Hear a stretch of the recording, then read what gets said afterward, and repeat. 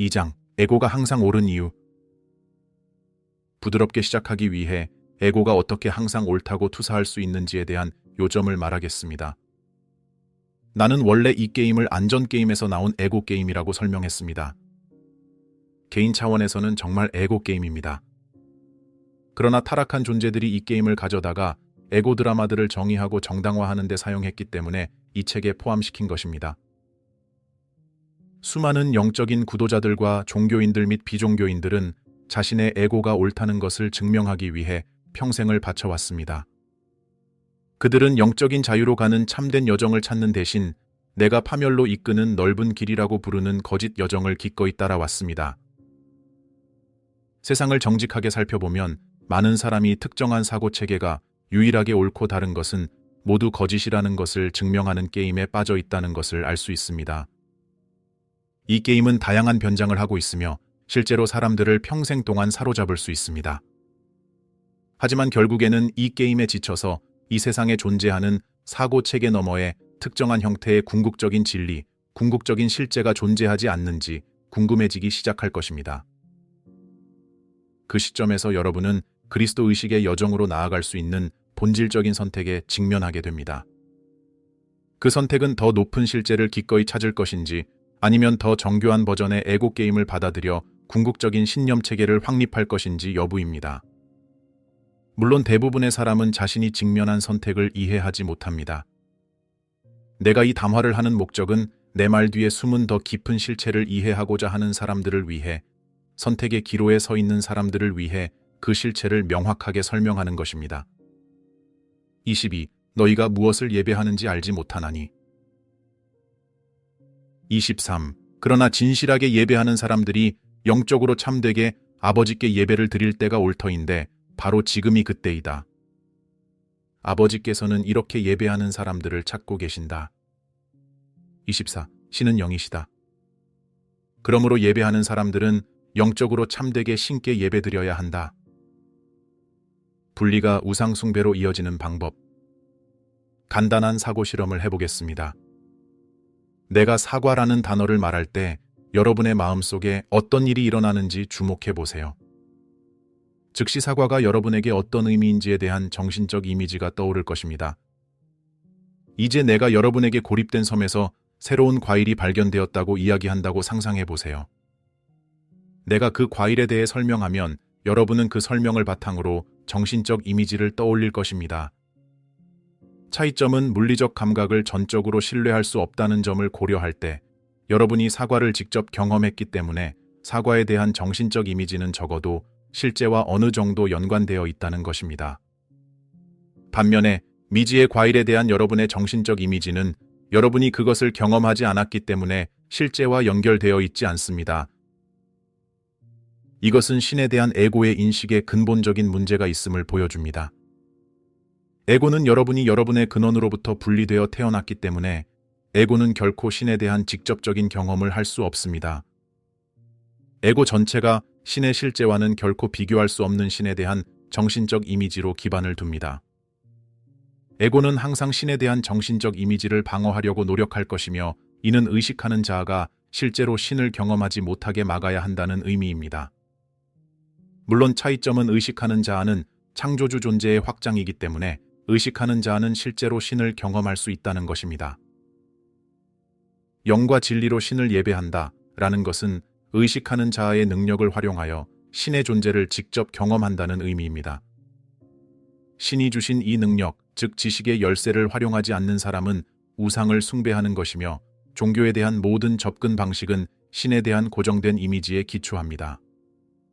그렇기 때문에 자신의 종교가 유일한 참된 신념 체계라고 주장하는 종교인들을 많이 볼 수 있습니다.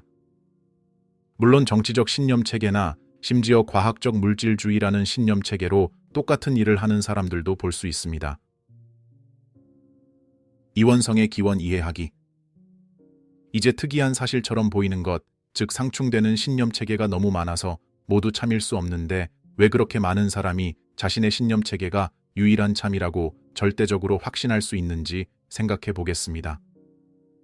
이는 사람들로 하여금 그들 모두가 궁극적인 실제와 접촉하지 못하고 있는 것은 아닌지 의심하게 만듭니다. 내가 단호하게 말하겠습니다. 지구상에 존재했거나 존재할 수 있는 모든 신념 체계는 신에 대해 불완전한 설명만을 제공할 것입니다. 이것이 왜 그럴까요? 창조주는 그 창조를 초월하고 물질 우주의 모든 것을 초월하기 때문입니다. 어떤 신념 체계도 신에 대해 정확하고 완전한 설명을 제공할 수 없습니다. 그것은 마치 달만 보고 태양을 설명하려는 것과 같습니다. 미묘한 차이점은 에고는 신과 분리되어 있기 때문에 신의 존재에 대한 직접적인 경험을 할 수 없다는 것입니다. 에고는 신을 설명이나 정신적 이미지로 환원할 수 있다고 생각하는데 이는 필연적으로 고정된 이미지가 될 수밖에 없습니다. 의식하는 자아는 실제로 신의 존재를 직접 경험할 수 있으며 이러한 경험을 할 때 신은 어떤 신념 체계로도 결코 설명될 수 없다는 것을 알게 될 것입니다.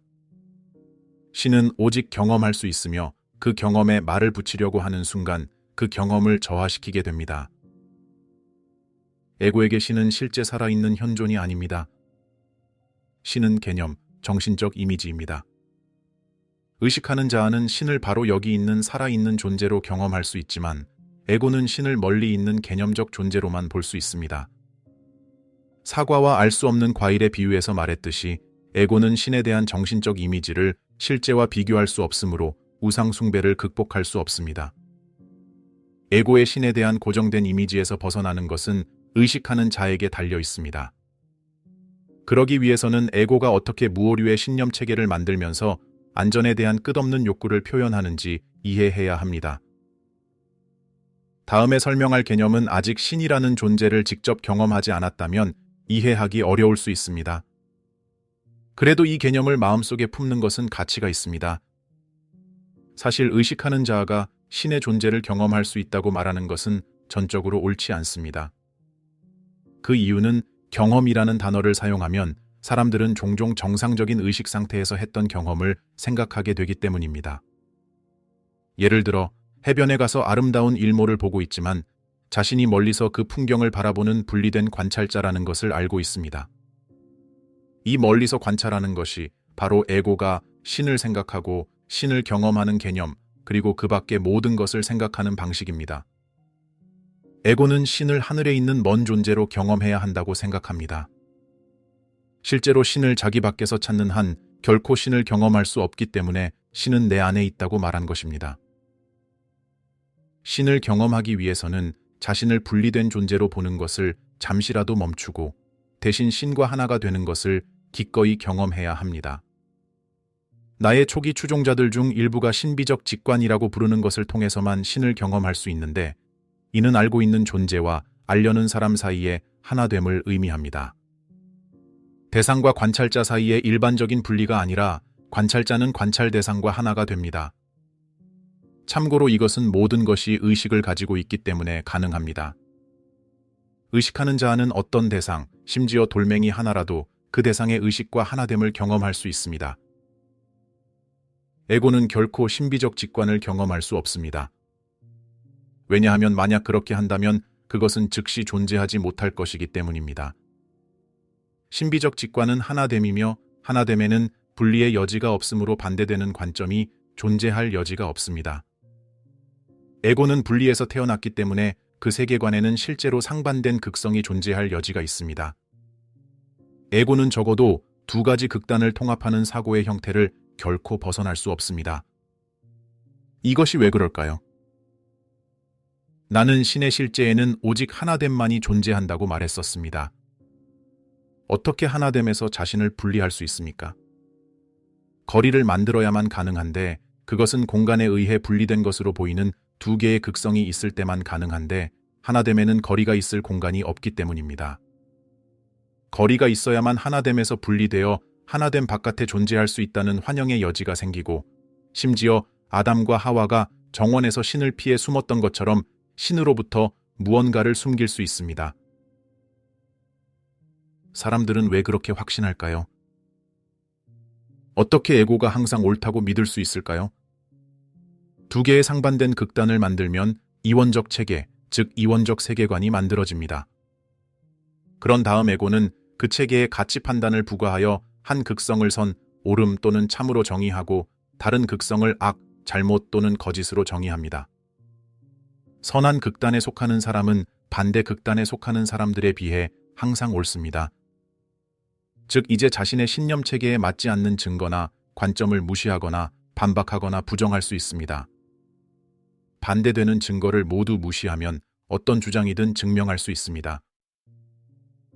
대부분의 사람은 두 신념 체계 사이에 충돌이 있을 경우 하나는 옳고 다른 하나는 틀렸다고 생각하는 경향이 있습니다.